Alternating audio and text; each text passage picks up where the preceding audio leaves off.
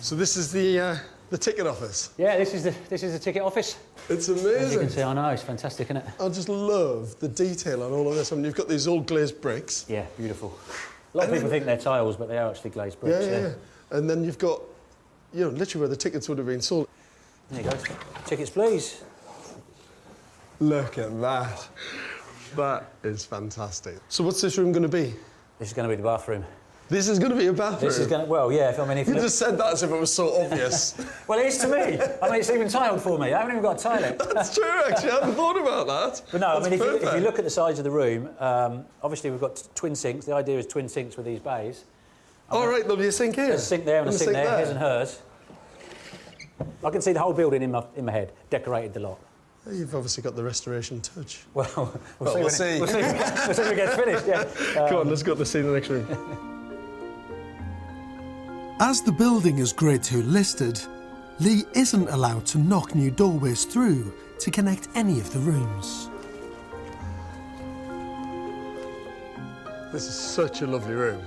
This is going to be a kitchen. This will be the kitchen, yeah. Again, it's ready-made. It's nearly finished. And what's this?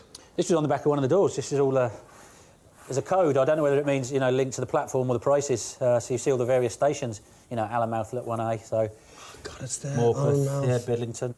Have you started work on the windows, then? Because they look like they're in good nick. But you've restored all that? Yeah, I've restored all the windows. Well, not... I'm doing it myself, yeah. You did it yourself? Yeah, they're the original windows, yeah. I just had a look at websites and they show you how to take the sashes out, replace the cords, the weights, rebalance them, etc. And I thought, that's not rocket science, I can do that myself. It took me a long time because you're a bit sort of tentative and...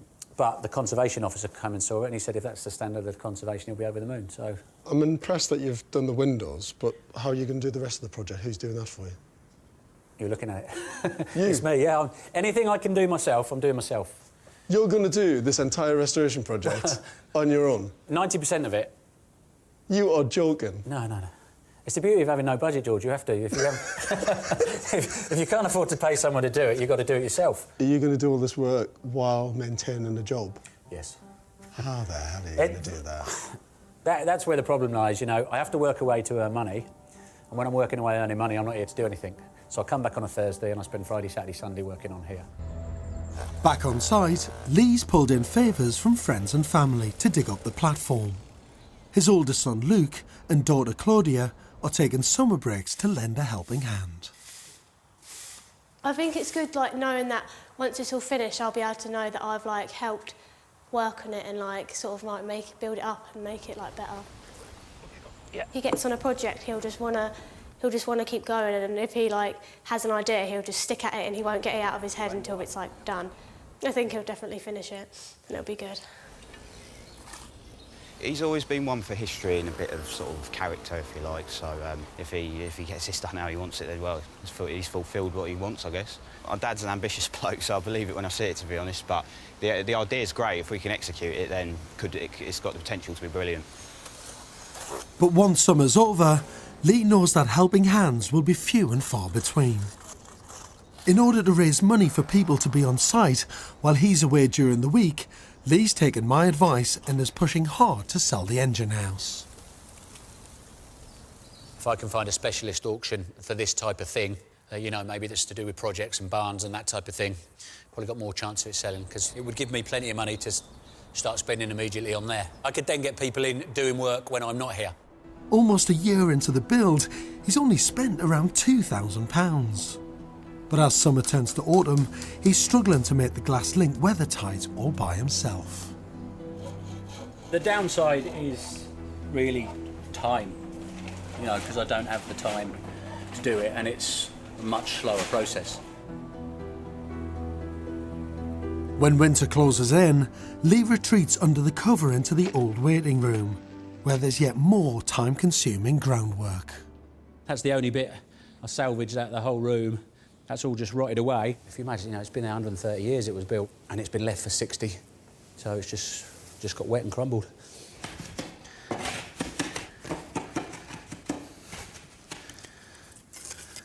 I used to watch television programmes of people at property and think they're mad when they say that the building speaks to you.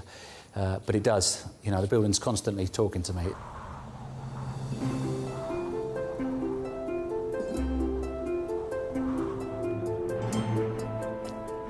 Lee had originally hoped to have moved into Whittingham Station 6 months ago, but nearly a year has passed. I'm looking forward to seeing how far he's got on. Do you know how long it's been? No idea. 10 months. 10 months? I thought it was 2. I saw you. I thought you'd be finished by now. Well, joking. yeah. I'm joking. I'm joking. It's a long job, isn't it? How are you feeling about the project generally? I mean, a lot of what I've done so far, I've had to do it to find out how to do it. Yeah. Yeah. So now, for the next sections, for the next section of windows, the next section of the conservatory and everything, will go probably twice as quick. It's like doing a little prototype sample section of a building. Yeah. Test out your skills and knowledge. Yeah. And once you gain that confidence and know what you're doing, then roll it out across the rest. Yeah. Lee's self-built glass link will eventually run the whole length of the station, so he needs to work out how to build frames for 48 glazed panels in total. But each panel in the glass roof have to fit into irregular spaces. Because all these bays are determined by the cast iron bays, they're all slightly different anyway. So each bay, it's not like 24 pieces of glass of the same width. No, exactly. Whereas a normal conservatory might be. This is all totally bespoke, so. Lee needs to try out his tailor-made frame on the side panels to see if his measurements fit. Yeah, we can lift that in.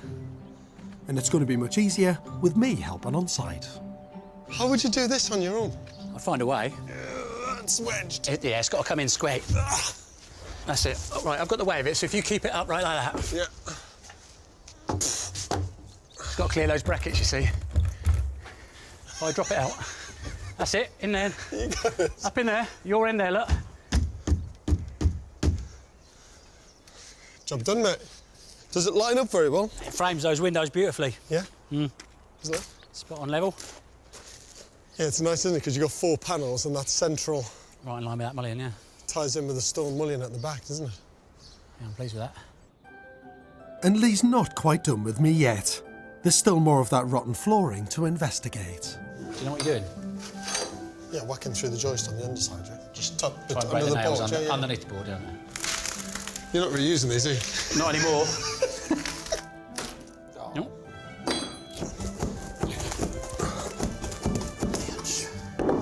Roll it, then it pops out, that's it. I'll tell you what, they're well fixed. It's a shame that they're well fixed onto really knackered joists. Yeah. If the joists were fine, you'd just got to kick Oh, it in. yeah, it should be fine, but...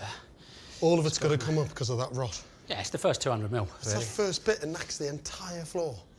And all of it's got to come out. Yeah. Shall I Get my hammer. get your hammer back? I think you should. Go on, I don't like spiders, George. I can do that. It's not spiders I'm worried about, it's only rats down there. No, there's no rats in here, funnily enough. Are you sure? Oh, hang on. No, they are. Ooh. I'll tell you what. It is amazing to think no one's been in this space for 130 years. Yeah. 2.5 years ago, Lee Head single-handedly took on the restoration project of a lifetime. Whittingham Station was once a broken and abandoned building left to ruin. But Lee has now built a 112-foot-long, self-engineered glass link that unifies the old rooms and turns the station into a family home. Good morning, sir. How are you? I'm not so bad, yourself? So good to see you. Good to see you. This is looking very good. Yeah, you like it? You finished that entire link. Yep. Bit of hard graft, but got there in the end. Are you in? Yep, in phase 1. You've moved eventually, yeah, sort of moved into the first half of it here. Got a bed, I've got a kitchen, got a bathroom, got everything, yeah. So for the first ever time, Whittingham Station is now a house. It's a home. Absolutely, yeah. Do you realise that it's been 2.5 years? 2.5 years of weekends, though, George. That's very true. Did you build all of that link by yourself? Yeah. Every bit of it Yeah. by yourself? Every bit of it by myself. The only help I had was putting the glass panels in the roof. It's massive. It's 112 foot long. It's probably the biggest conservatory in the UK, I think. How much do you reckon it cost you to build that conservatory? How much it cost me? Yeah. About 22 grand. No way. Yeah. Come on, let's go and have a look. Yeah. Oh, my words. Now, that is very smart, mate. Yeah? Very, very smart indeed. The glass link elegantly embraces the original iron fretwork and exposed sandstone.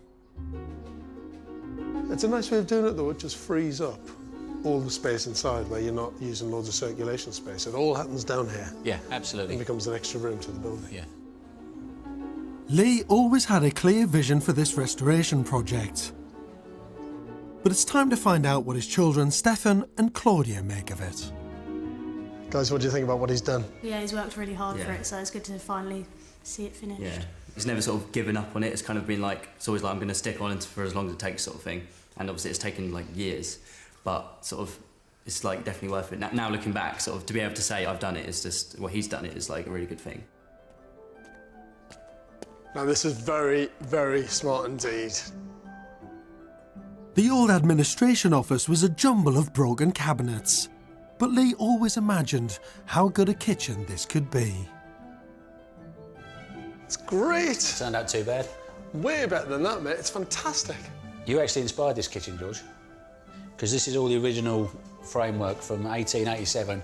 And when I said I was going to turn it into a kitchen, I don't know if you remember, but you laughed at me. This is going to be a kitchen. This will be the kitchen, yeah. Again, it's ready-made. It's nearly finished. Yeah, I did. That's all the original doors, all the original carcassing. The only thing that's new is the worktops and... I'm now laughing on the other side of my face, basically. Yeah, I kept that in the back of my mind. I can't rip it out. George laughed at me. I tell you what, you know how to do restoration on a very tight budget. But Lee saved the best till last.